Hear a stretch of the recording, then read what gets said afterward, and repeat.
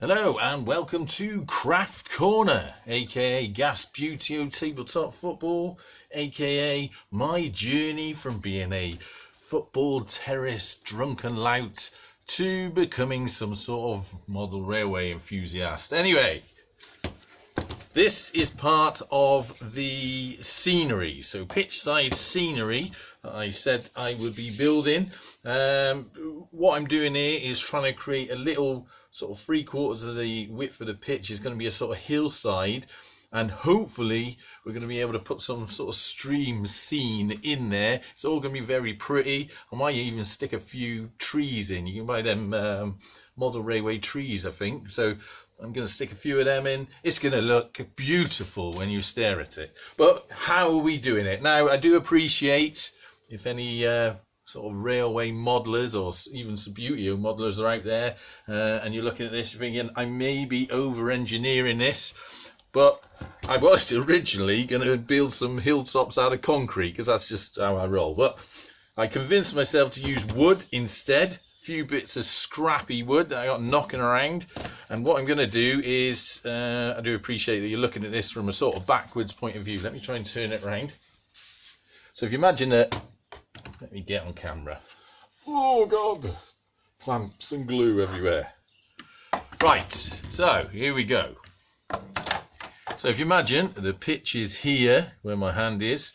So what this is going to be is a sort of sloping up hillside here, and here's perhaps some rocks in that bit.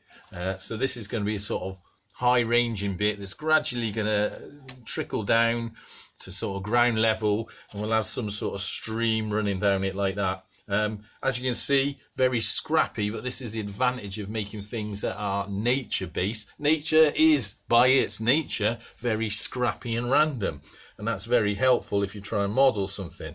What I've used here is a bit of old scrap pallet wood, a bit of pallet wood that actually still had the bark on it, which was very handy because it's got a sort of relief on there, which is a bit like a sort of sloping hillside. Got a bit of pine out of an old cabinet there. I cut some notches in so you can make a sort of rocky outcrop.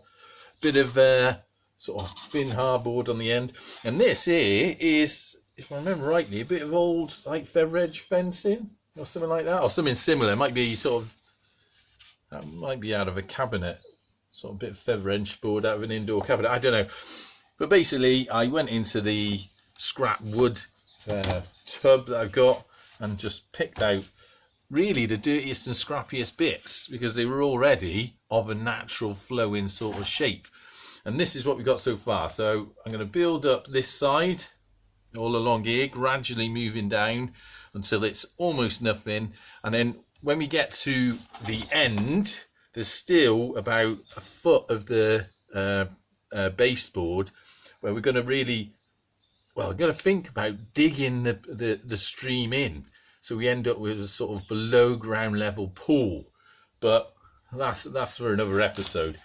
This is just, I just wanted to show you really, you know, how I'm building this up. So once you, if you imagine, once I got these bits of wood in there, say something like that, and then what I might do is get some sort of filler and fill this in to create a sort of, you know, bumpy, rocky, natural hillside look. But anyway, this is still very early stages. It's all gluing together, as you can see.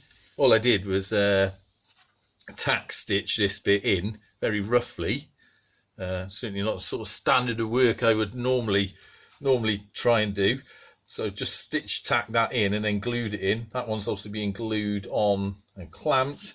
And yeah, that's where we're at in a minute. So there you go. What's that? Part 2 of this pitch-size scenery build, and that's where we've got to. Until next time, up the gas, up the railway modelling, yay!